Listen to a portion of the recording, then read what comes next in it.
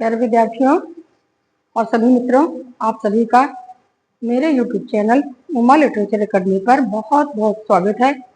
और आज हम देखेंगे कि हमारे प्राचीन भारत में भारतीय शिक्षा की क्या व्यवस्था थी। ठीक है, भारतीय शिक्षा की व्यवस्था को आज हम देखेंगे, जिसमें हम कुछ पॉइंट्स पर फोकस करेंगे, जैसे शिक्षा का महत्व और शिक्षा के उद्देश्य। ठीक है, शिक्षा के उद्देश्यों में आते हैं आदर्श चरित्र का निर्माण, व्यक्तित्व का सर्वांगीण विकास, धार्मिक प्रवृत्तियों का उत्थान, सामाजिक उत्तरदायित्वों का पालन, ज्ञानार्जन, धनोपार्जन और सांस्कृतिक परंपराओं का संरक्षण। ठीक है, फिर अगला पॉइंट आता है शिक्षा का प्रारंभ। बालक की शिक्षा कब से प्रारंभ होती है, इस पर देखेंगे।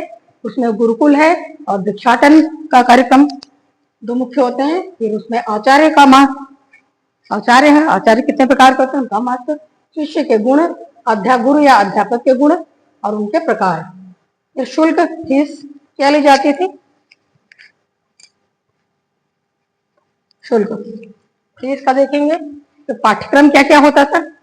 पाठ्यक्रम में हमारे 4 वेद, 6 वेदांग, 14 विद्या, 18 शिल्प और 64 कलाएं आती हैं। ठीक है, फिर पाठन विधि क्या थी, पढ़ाई की शिक्षा की विधियां क्या थी, समावर्तन क्या होता है और नारी शिक्षा। इन्हीं कुछ पॉइंट पर हम फोकस करके अपनी शिक्षा व्यवस्था को, प्राचीन भारत में शिक्षा व्यवस्था को आज देखते हैं। तो मनुष्य की जो भारतीय संस्कृति की प्रमुख विशेषता रही है, वो है ज्ञान की खोज करना। ठीक है, ये उसके सबसे सर्वप्रमुख विशेषता है कि भारत में लोग प्रारंभ से ही ज्ञान की खोज में लग गए थे। भारतीय संस्कृति के इस उद्देश्य की पूर्ति के लिए शिक्षा व्यवस्था अति आवश्यक थी। बिना शिक्षा के ज्ञान प्राप्त नहीं हो सकता। ठीक है, तो ज्ञान का उदय होता है। मनुष्य को, ज्ञान को मनुष्य का तीसरा नेत्र भी कहा गया है। ठीक है, ज्ञानम मनुजस्य तृतीयम नेत्रम। जैसे हम देखते हैं शिव जी के 3 नेत्र होते हैं। ठीक है ना, वो तीसरा नेत्र काहे का नेत्र है, वो अज्ञानता को दूर करके ज्ञान का प्रकाश फैलाता है, ज्ञान का नेत्र है। तो शिक्षा ही वो नेत्र है, शिव जी का है या मानवों का है, देवों और मानवों सभी का है। जो ज्ञान ही है, जो जिससे व्यक्ति जिस चीज को नहीं जानते हुए भी बहुत सारे ज्ञान को प्राप्त कर लेता है, बहुत सारी चीजों को जान जाता है संसार में। अब ज्ञान अनेक संशयों का उच्छेदन कर देता है। ज्ञान से क्या होता है फायदा, कि बहुत सारी समस्याएं हमारी सुलझ जाती हैं। हम अपनी प्रॉब्लम्स को, अपनी समस्याओं को सुलझाने लगते हैं ज्ञान के माध्यम से। और जो ज्ञान ऐसी चीज है कि जो मनुष्य के सारे जीवन को प्रकाशित कर देती है। अज्ञानता के नामक अंधकार से दूर करके एक ज्ञान का प्रकाश भर जाता है मानव के अंदर, और वह एक सुंदर व्यक्तित्व का स्वामी हो जाता है। तो शिक्षा को प्राचीन काल से ही हम देखते हैं कि हमारे सनातन धर्म में, हिंदू धर्म में बहुत अधिक महत्व दिया गया, अत्यधिक महत्व दिया गया है इसको। ईशावास्योपनिषद में विद्या के द्वारा ही अमृतत्व की प्राप्ति बताई गई है, कि जिसको विद्या आती है वही अमृत तत्व की प्राप्ति कर सकता है। ठीक है, और मोक्ष भी विद्या के द्वारा ही प्राप्त हो सकता है, ये कहा गया है। बड़ा इसलिए वेदों में शिक्षा को या विद्या को मुक्ति का मार्ग बताया गया है। कहा गया है सा विद्या या विमुक्त। बड़े बड़े ये वाले वाक्य लोग अपने अपने बड़े बड़े महाविद्यालयों में लिखी मिलते हैं कि सा विद्या या विमुक्त। विद्या वही है जो मुक्त करती है व्यक्ति को, ज्ञान के द्वारा मोक्ष को भी प्राप्त करा देती है, मुक्त कर देती है। ठीक है, और विद्या विहीन मनुष्य को पशु कहा गया है, कि जो अगर जिसने शिक्षा नहीं प्राप्त की है, जिसको विद्या नहीं आई, वह विद्या विहीना पशु पुच्छ विषाणहीना कहा गया है। यानी बिना सींग और पूंछ का पशु ही है, मानव रूप में होते हुए भी उसके सींग और पूंछ नहीं है, लेकिन वह पशु के समान है अगर उसने शिक्षा को प्राप्त नहीं किया गया है, माता पिता ने उसे शिक्षा नहीं दिलाई है। तो देखते हैं, तो ये शिक्षा का महत्व हम आपको बता रहे हैं। तो मानव जीवन की सुख समृद्धि के लिए भी शिक्षा अत्यंत उपयोगी है। ठीक है, विद्या से ही मानव जीवन सार्थक होता है। विद्या से ही या शिक्षा से ही मनुष्य में विवेक का जागरण होता है, विवेक जागृत होता है। वो अच्छे और बुरे, नीर क्षीर विवेक को पहचानता है, अच्छे बुरे की पहचान करता है। उसको पता होता है कि कौन सा मार्ग मेरे लिए अच्छा है और कौन से मार्ग पर चलना अच्छा नहीं है, बुरा है। तो व्यक्ति अपना चुनाव करता है उत्तम मार्ग पर चलने के लिए, यदि उसने ज्ञान प्राप्त किया हुआ है तो। ठीक है, तो इसलिए विद्या का बहुत महत्व है। तो विवेक जागृत करती है और उसे उचित मार्गदर्शन कराती है। सुभाषित रत्न संदोह में कहा गया है कि विद्या मनुष्य की माता के समान रक्षा करती है।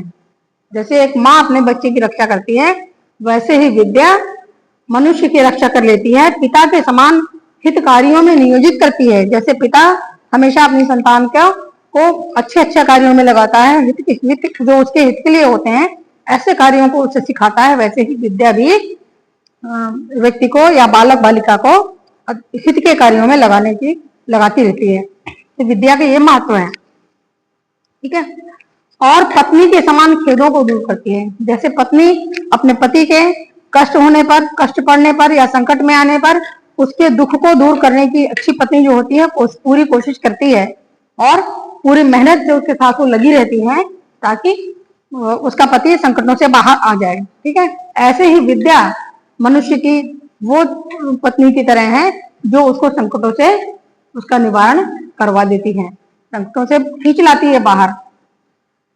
और धन का अर्जन करती है विद्या। विद्या से ही व्यक्ति धन का अर्जन करने योग्य, धन कमाने योग्य बनता है। चतुर्दिक यश का भी विस्तार कराती है विद्या। यश की प्राप्ति अगर किसी को चाहिए तो उसे गुणवान, विद्यावान, शिक्षावान होना आवश्यक है। क्योंकि अनपढ़ का कोई भी यश होता नहीं है संसार में, पढ़े लिखों का ही यश प्राप्त होता है। ठीक है, अतः कल्पलता के समान कहा गया है कि विद्या क्या है, कल्पलता है कि समान विद्या मनुष्य के लिए क्या क्या नहीं करती, अर्थात सब कुछ करती है।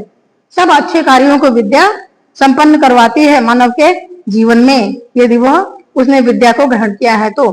वो कल्प वृक्ष होते हैं, तो उस वृक्ष की एक कल्पलता है वो विद्या। ठीक है, जिसको पकड़कर व्यक्ति सब कुछ प्राप्त कर लेता है, धन भी प्राप्त करता है, यश भी प्राप्त करता है, मानव जीवन का सुख भी प्राप्त करता है, ज्ञान का अर्जन करता है और यहाँ तक कि मोक्ष को भी प्राप्त कर लेता है। ठीक है, ये विद्या ही मनुष्य का बल है। विद्या मनुष्य का की पावर है, बल है, शक्ति है। जब विद्या रहती है तभी हम आगे का स्टेप ले पाते हैं, आगे के कदम जीवन में समाज में रहने के लिए बढ़ा पाते हैं, यदि हमने कुछ पढ़ा लिखा है, विद्या प्राप्त की है तो शिक्षा द्वारा मनुष्य क्या करता है, अपनी पार्श्विक प्रवृत्तियों का दमन करता है। यदि उसके मन में कोई खराब विचार आते हैं, ऐसे आपराधिक विचार आते हैं, तो मगर यदि वो शिक्षित है तो विद्या तुरंत उसको रोकेगी। उसके माइंड में ये आ जाएगा विचार कि नहीं, हमको ये गलत काम नहीं करना चाहिए क्योंकि इसका अंजाम बुरा होता है। जैसे किसी बदमाश को, चोर को जब पुलिस पकड़ लेती है तो उसको मार पड़ती है, जेल में डाला जाता है, तो ये अंजाम होते हैं जो उसके बुरे होते हैं। लेकिन ये जो शिक्षित है तो उसमें विवेक का जागरण होगा और वो गलत रास्ते पर कदम ही नहीं बढ़ाएगा, है ना। तो मन और बुद्धि को भी शिक्षा परिष्कृत करती है, हमारे मन को ऊंचा उठाती है और हमारी बुद्धि को और भी ज्यादा बढ़ाती है, परिष्कृत करती है, शुद्ध करती है शिक्षा। विद्या आचरण को पवित्र बनाती है। शिक्षा मनुष्य को आत्मनिर्भर बनाती है। अर्थोपार्जन का आधार भी शिक्षा ही है। ठीक है, तो ये तो शिक्षा का महत्व हो गया। अब हम देखेंगे कि शिक्षा के मुख्य उद्देश्य, तो मैंने आपको बता दिए हैं कि आदर्श चरित्र का निर्माण पहला है उद्देश्य।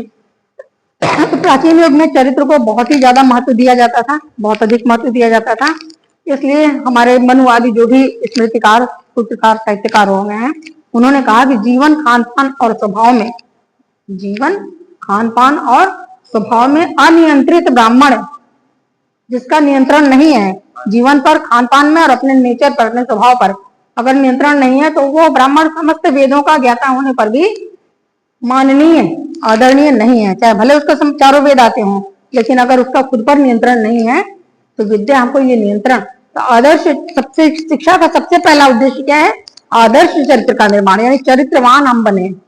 इस पर भारतीय शिक्षा में बहुत अधिक, सर्वाधिक बल दिया गया, ये कह सकते हैं, क्योंकि प्राचीन काल में हम देखते हैं कि अधिक से अधिक लोग सब चरित्रवान ही होते थे और वह सादा जीवन, उच्च विचार को ही प्राथमिकता देते थे अपने जीवन में। ठीक है, वो कहते हैं कि चाहे केवल गायत्री मंत्र का ही ज्ञाता क्यों न हो ब्राह्मण, और कुछ भी उसको ना आता हो, फिर भी वो अपनी सच्चरित्रता के कारण पूजनीय हो जाता है। अपने सदाचरण के कारण ही उसका समाज में सम्मान उसको प्राप्त हो जाता है। आचरणहीन मनुष्य की सर्वत्र निंदा होती थी, और शिक्षा के माध्यम से मनुष्य इन सहिष्णुता, सौहार्द, नैतिकता, सदाचार, सत्यनिष्ठा आदि गुणों का अर्जन करता था। ये सब शिक्षा के द्वारा ही आते हैं ये गुण, और उपार्जन करता था, और इस प्रकार वो अपनी तामसी और पार्श्विक वृत्तियों पर नियंत्रण करके एक आचरण एवं चरित्र का अपने उत्थान कर लेता था। ठीक है, तो ऐसी व्यवस्था की गई थी कि बालक का मतलब प्रारंभ से ही शिक्षा में ऐसी व्यवस्था थी कि बालक का चरित्र आदर्श रूप में निर्मित होने लगे। इसके लिए क्या कर दिया जाता था कि बालक को समाज से दूर गुरु के समीप गुरुकुलों में ले जाया जाता था, सभी बालकों को, बालिकाओं को। ठीक है, पाठ्यक्रम उसी आधार पर बनाया जाता था जिससे चरित्र का विकास हो सके। उपदेश, गुरु के उपदेश, संयम के उपदेश और महापुरुषों का अनुकरण, ये तीन जो है चरित्र निर्माण के उपाय माने जाते थे। ये तो अपने इंद्रियों पर संयम रखें, और गुरु के और माता पिता के उपदेशों को माने, और महापुरुषों का अनुकरण बालक करे। ठीक है, इससे व्यक्ति का चरित्र निर्माण होता था बालक का, और गुरु उसको नित्य उपदेश देता था। विद्यार्थी का जो जीवन होता था संयम और तप का जीवन होता था।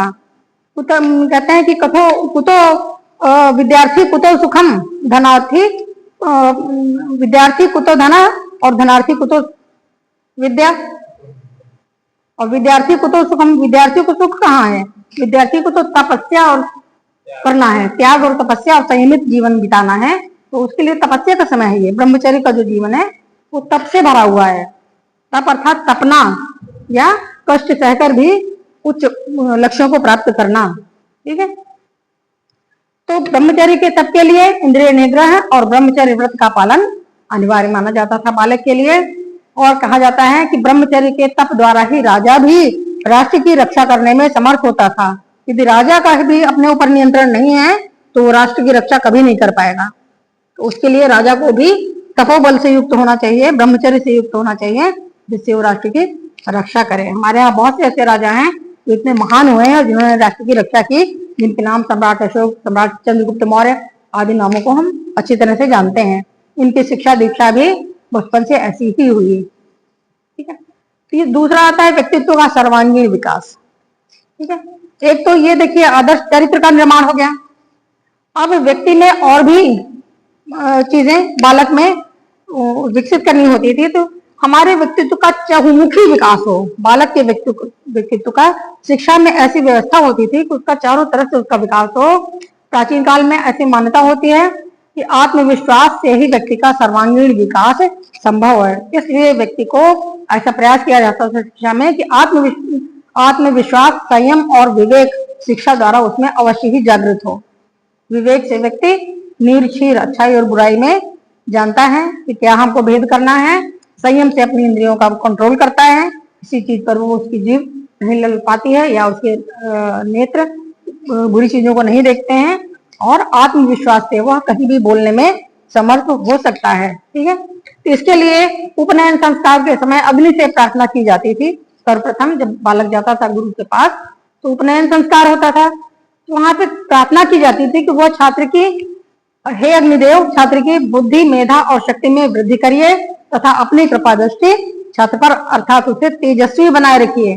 छात्र तेजस्वी बने, मेधावान बने, बुद्धिमान बने आगे चलकर। ठीक है, अनेक देवताओं के पूजन से छात्र को यह विश्वास हो जाता था कि वे सदैव उसकी रक्षा करेंगे। इससे वह निर्भीक हो जाता था।